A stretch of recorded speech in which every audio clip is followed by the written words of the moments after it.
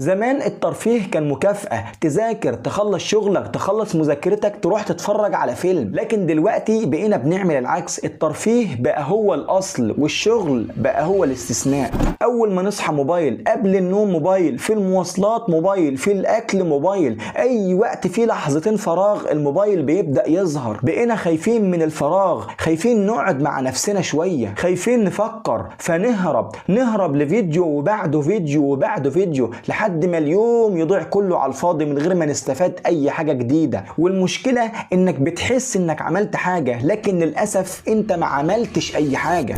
خليني أقول لك الحقيقة المؤلمة اللي هتؤلم ناس كتير. أغلب الناس في الحياة مش هتضيع بسبب مشكلة كبيرة، مش بسبب كارثة ولا بسبب قرار واحد غلط، لكن بسبب آلاف القرارات الصغيرة. 5 دقايق هنا، 10 دقايق هناك، ساعة هنا، ساعتين هناك، وفجأة تكتشف إن سنة كاملة عدت من عمرك من غير تغيير حقيقي.